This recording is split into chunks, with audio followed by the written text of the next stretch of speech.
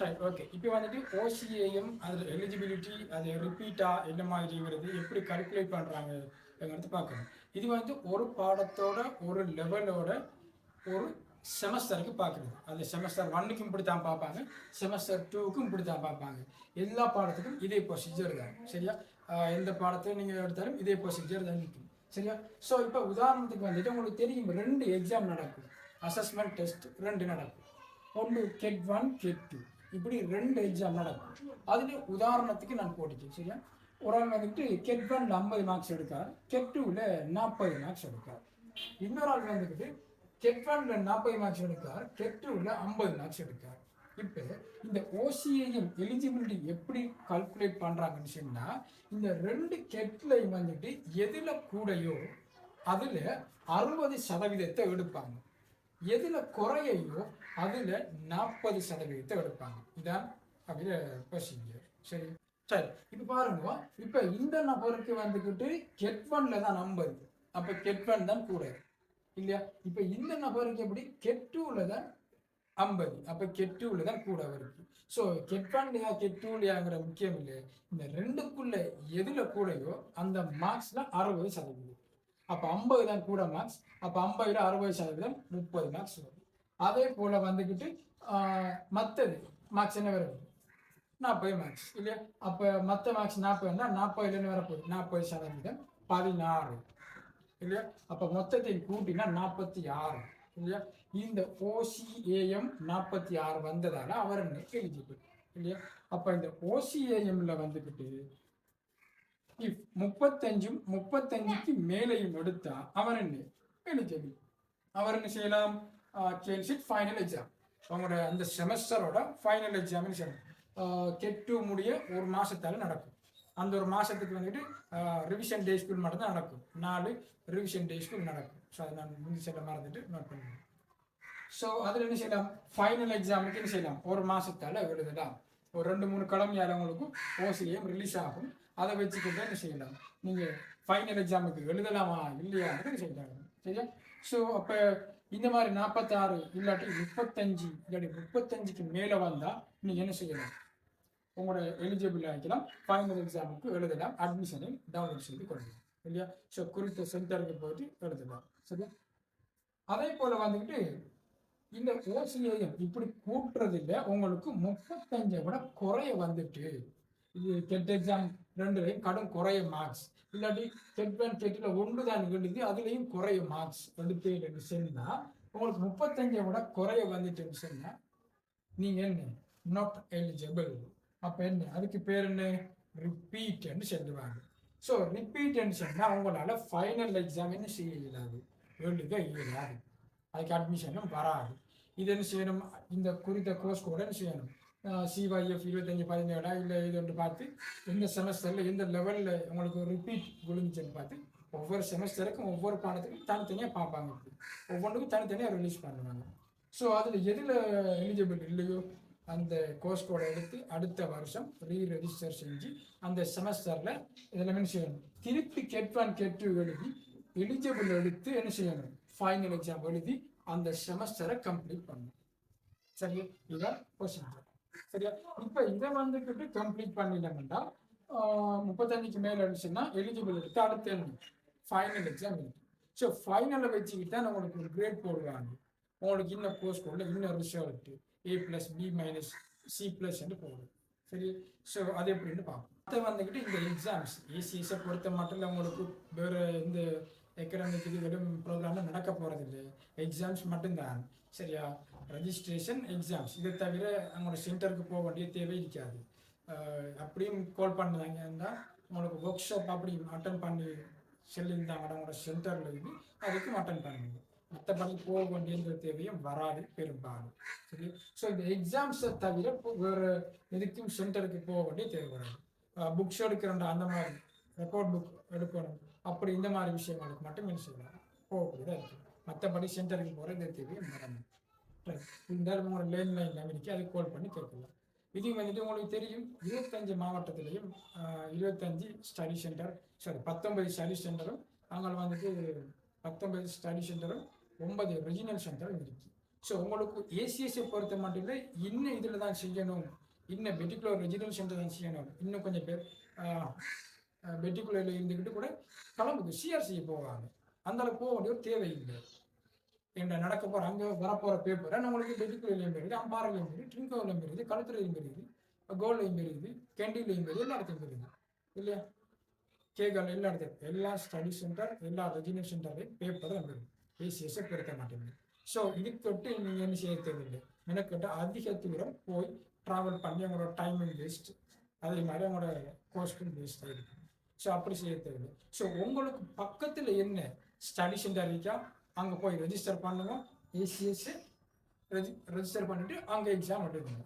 உங்களுக்கு கிட்டத்தில் டக்குன்னு போய் எழுதலாம். அதே டைமில் கொஞ்சம் ட்ராவலில் போகிறதுல கொஞ்சம் சிக்கலும் இருக்க மாட்டாங்க.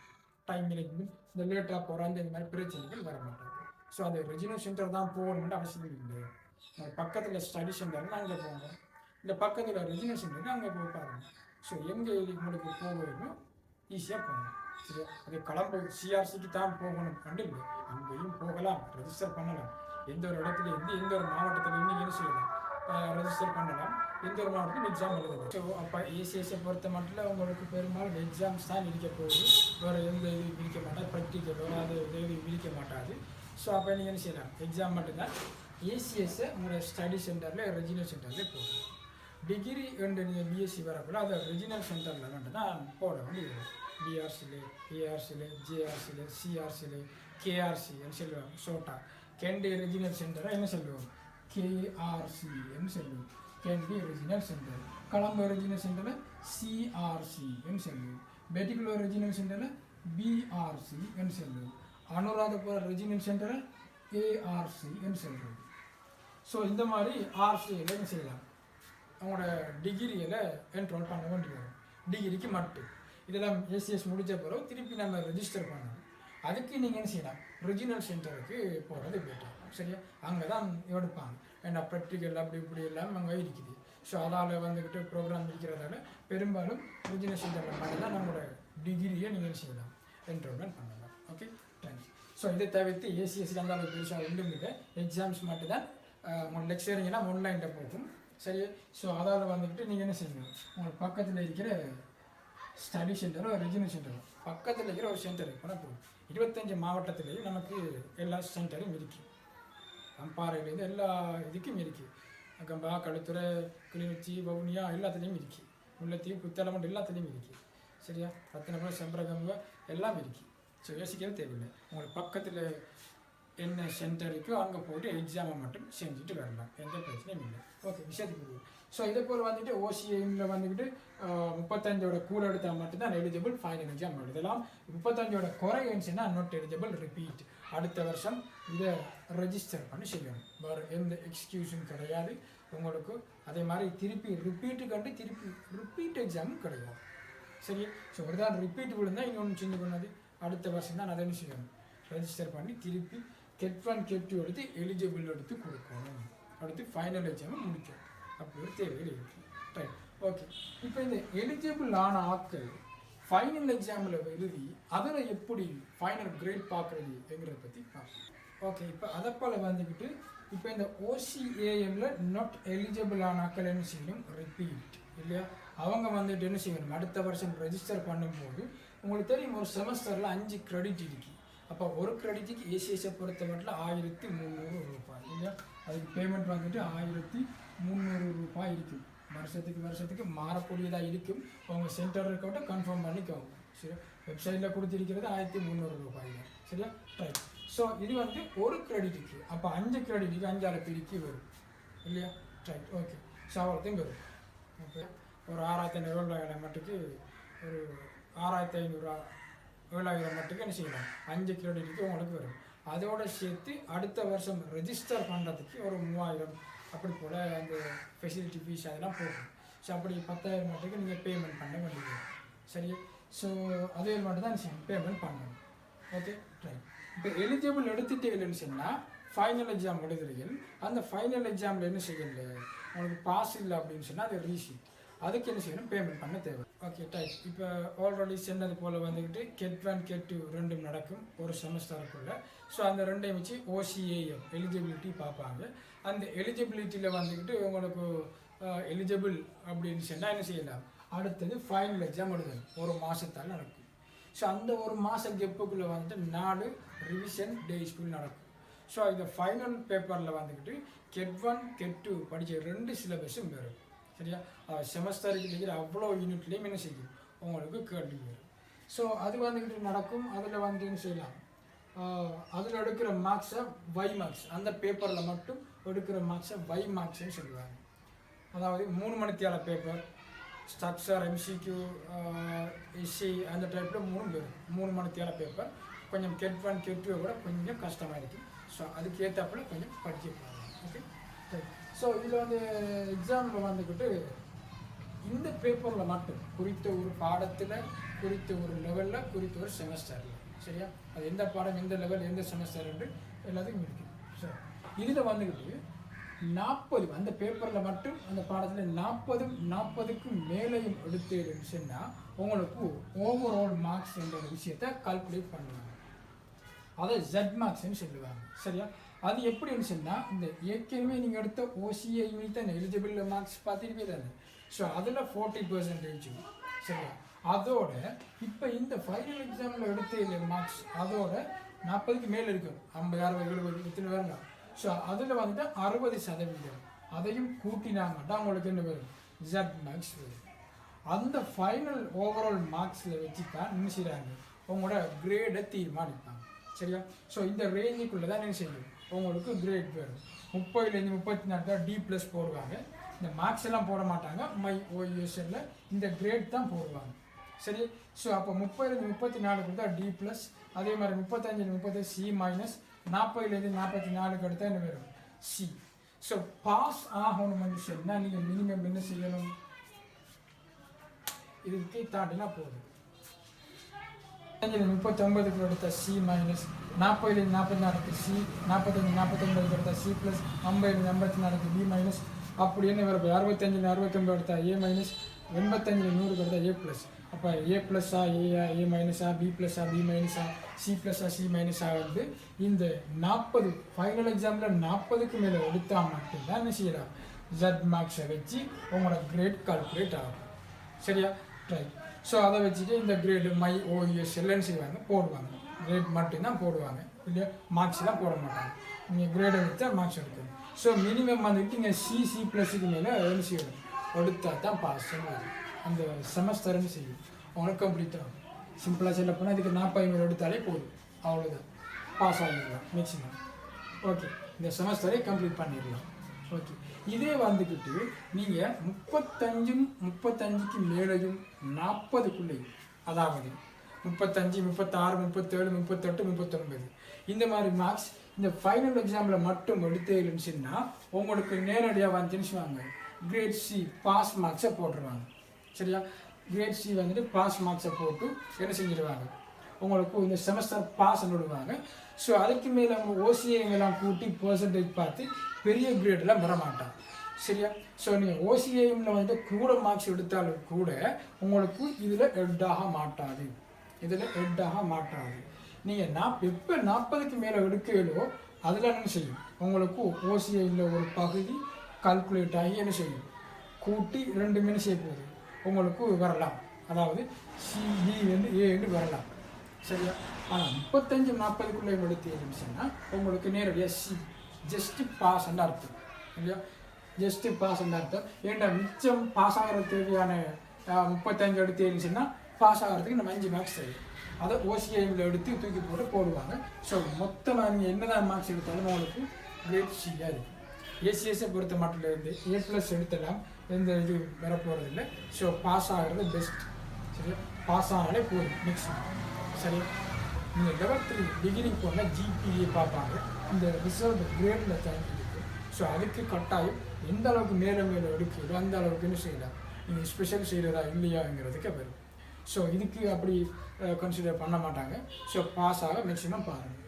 ஸோ மினிமம் 35க்கு மேலே எடுத்து என்ன செய்யுங்க, கிரேட் C++ என்ன செய்யுங்க எடுக்க பாருங்கள். இந்த C இல்லாட்டி C+ போடுவாங்க. சரியா, இதே வந்துட்டு 35க்கும் கீழே 34, 33, 32 கீழே வந்துச்சுன்னா அவங்கள சொல்கிறது ரீசீட்டுன்னு சொல்லுவாங்க.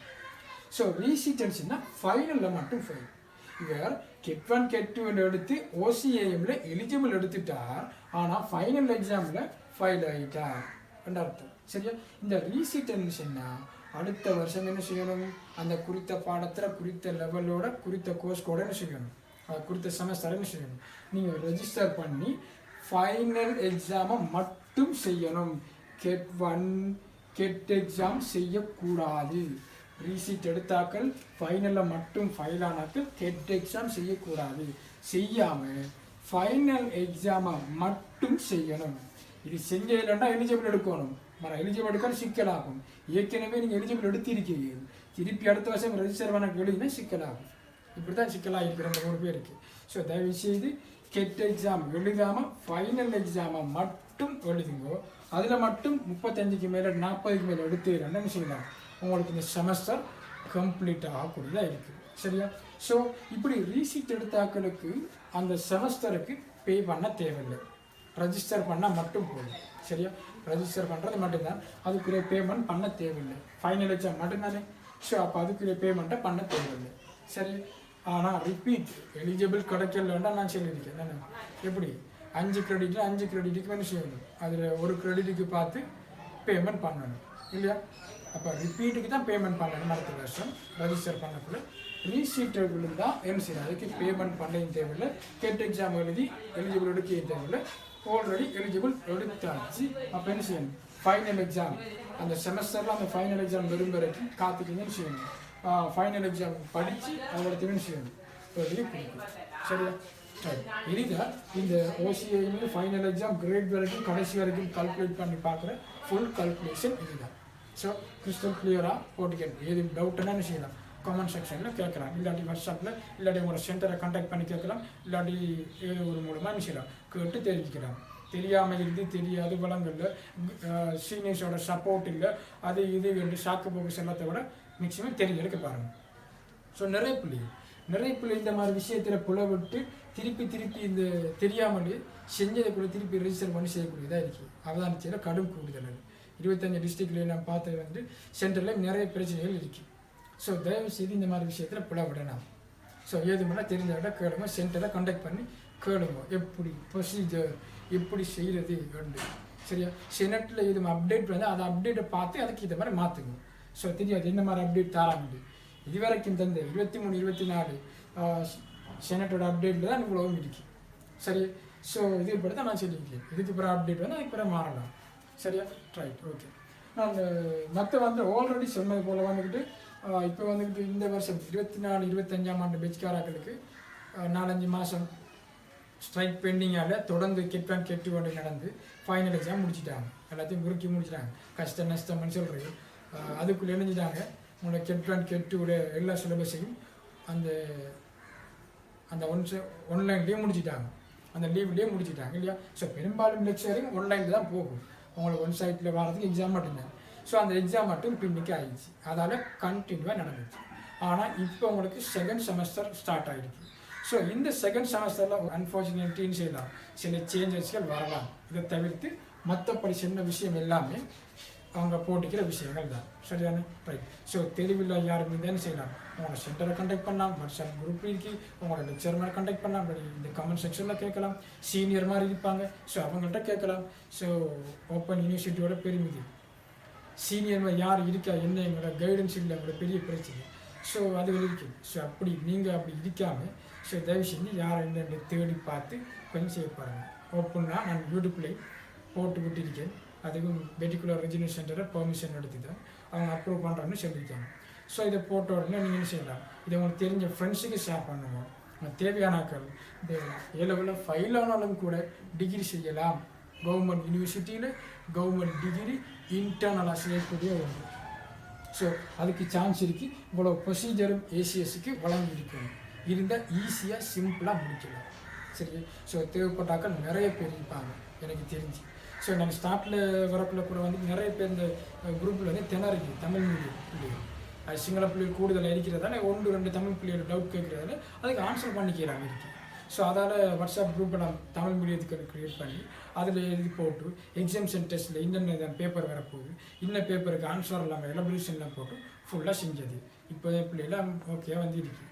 ஸோ அதே போல் வந்துட்டு இன்னும் நிறைய பிள்ளைகள் வந்துட்டு வெளி மாவட்டத்தில் வெளி இதில் வந்துட்டு இன்னும் டீட்டெயில்ஸ் சரியாக தெரியாமலே இருக்குது. ஸோ இனி வார பெச்சுக்கும் அப்படி அந்த குழப்பம் அந்த பதட்டம் இருக்கப்படாதுக்காக வேண்டி யூடியூப்லேயே அவ்வளோ கிறிஸ்டல் கிளியராக எல்லாத்தையும் நான் போட்டிருக்கேன். ஸோ அது தெரிஞ்ச பிள்ளைகள் கட்டாயம் உங்களுக்கு பிரச்சனை இல்லாட்டி பிரச்சனை படுற நிறைய பிள்ளைகள் இருக்குது, அவங்களுக்கு ஷேர் பண்ணி விடுங்க. இது டவுட் இருந்தாலும் கமெண்ட் செக்ஷனில் கேட்கலாம், ரிப்ளை பண்ண தெரியும். Okay, thank you. இவ்வளோ தான் சொல்ல வேண்டிய விஷயங்கள். இன்னும் நிறைய விஷயங்களுக்கு OULMSல எப்படி எக்ஸஸ் பண்ணுறது, மற்ற எப்படி அப்ளை பண்ணுறது, அட்மிஷன் வந்துட்டு இப்போ ஜனவரிக்கு கால் பண்ணாங்க. போன முறை வந்துக்கிட்டு நவம்பர் போல் கால் பண்ணது, இந்த முறை ஜனவரிக்கு கால் பண்ண போகிறாங்கன்னு சொல்லிட்டாங்க. டிசம்பரில் கால் பண்ணலாம் லாஸ்ட்டில். ஸோ கால் பண்ணினாக்கள் முன்கூட்டியே வாட்ஸ்அப் குரூப்பெல்லாம் ஜாயின்ட் ஆகி அதுக்குரிய பேப்பர்ஸ் எல்லாம் எடுத்து படித்து எக்ஸாம் சென்டர்ஸில் எழுதி அதில் சின்னது போல் பாஸ் ஆனால் லெவல் 1 விட்டு லெவல் 2 மட்டும் செய்யலாம், இல்லாட்டி லெவல் 1 சேர்த்து செய்ய வேண்டி வரும். அதால் 2 வருஷம் வந்து செய்ய வேண்டி வந்தாலும் வரலாம். ஸோ தயவுசெய்து கொஞ்சம் பாருங்கள், ஏன்னா அந்த ஃபைனல் பேப்பரில் வந்த கேள்வியெல்லாம் திருப்பி வருது. So maximum கணக்கெடுங்க. ஸோ பிள்ளைகளுக்கு ஏழுமான ஷேர் பண்ண பாருங்கள், அவங்க பிரேஷனை அடையலாம்.